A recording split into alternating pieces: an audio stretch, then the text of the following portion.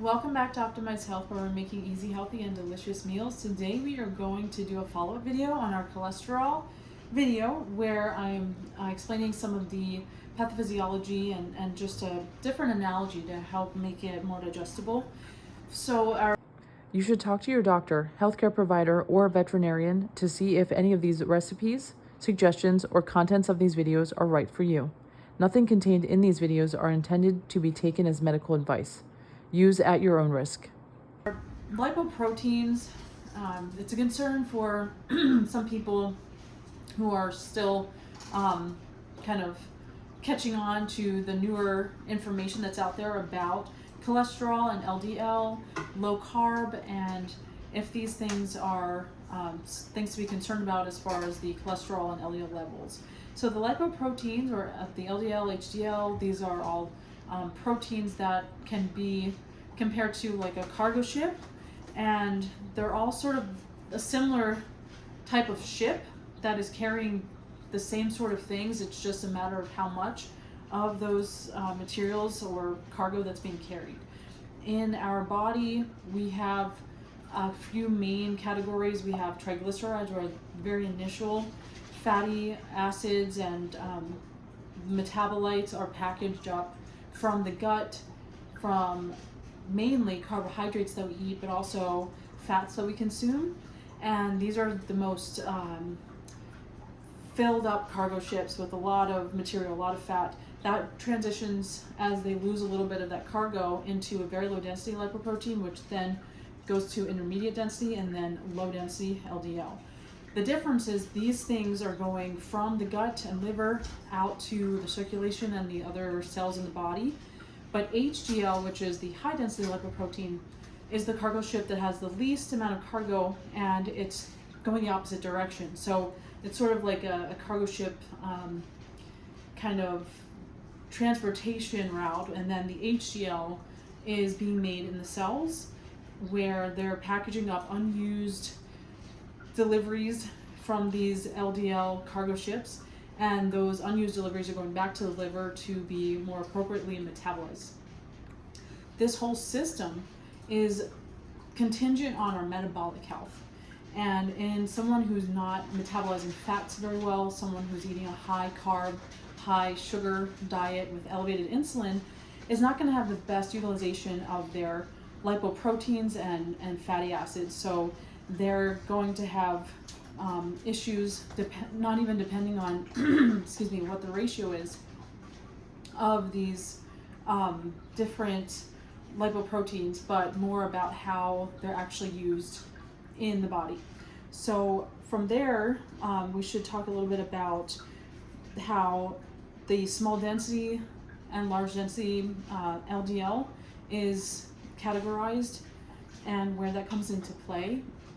About 1/5 to 1/3 of the population is capable of manufacturing this small dense LDL, which is more associated with cardiovascular risk when it's present in the wrong metabolic milieu, as we just mentioned, people eating too many carbs and not fasting and not having a good controlled insulin level. In a high carb diet, you are going to make more cholesterol and you're going to make more LDL. The ratio of small dense LDL, if you're the type of person who does make that, is not going to be elevated, and you're still going to maintain a safe level of your small dense LDL in proportion to your LDL and total cholesterol when you have good metabolic health, which is dependent on a low carb and intermittent fasting lifestyle.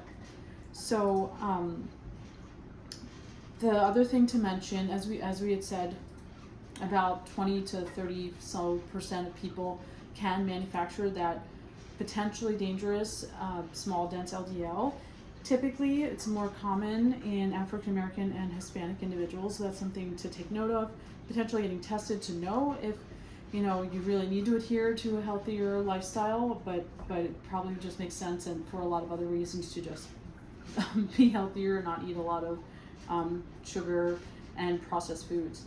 So we do make more cholesterol and more LDL when we're on keto and low carb, because the cholesterol, the ketones, and the coenzyme Q machinery in the cells where it's making these things, it's all interlinked, and they use very similar equipment in various parts of the factory of manufacturing these molecules.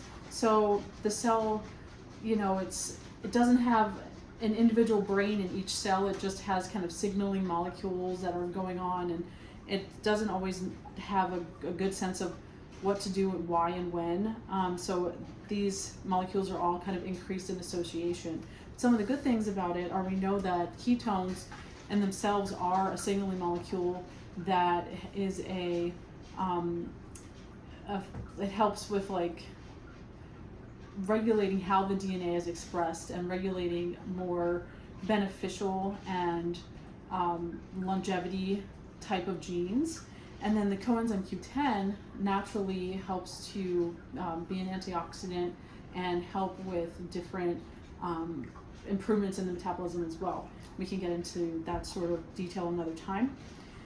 So as we had mentioned, I'll just say again that increased insulin and increased glucose and carbs is what's associated with increased potential risk for heart disease, and that translates into also the small dense LDL. When we're doing keto and low carb, we are decreasing our insulin or controlling it more stably, and we're obviously lower carb and glucose levels on this sort of diet.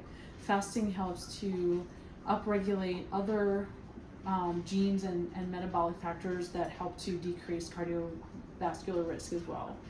So another takeaway is that in the end, you may see an elevation in your total cholesterol and your LDL while on low carb keto, but as I mentioned in the prior cholesterol video, very exciting news is that associated with total cholesterol and LDL elevation in the appropriate metabolic context where someone is eating a healthier diet and has good markers, you know, otherwise health-wise, these findings with increased cholesterol and LDL are actually associated with decreased all-cause mortality, including decreased risk of stroke and heart attack, which is the very thing that everyone's been talking about, you know, cholesterol being a concern for, and also decreased risk of degenerative neurodegenerative disease, so like dementia and various forms of dementia we're learning are metabolic disease. And the risk of cancer is also found to be decreased in people who have higher levels of cholesterol and LDL. So these are all very promising, and I welcome any questions or comments. I'm also looking for suggestions and requests for recipes to help augment your favorite foods into more healthier versions, more like low carb and healthier, like heart healthy lifestyle. So please like, share, and subscribe, and let me know. Thanks.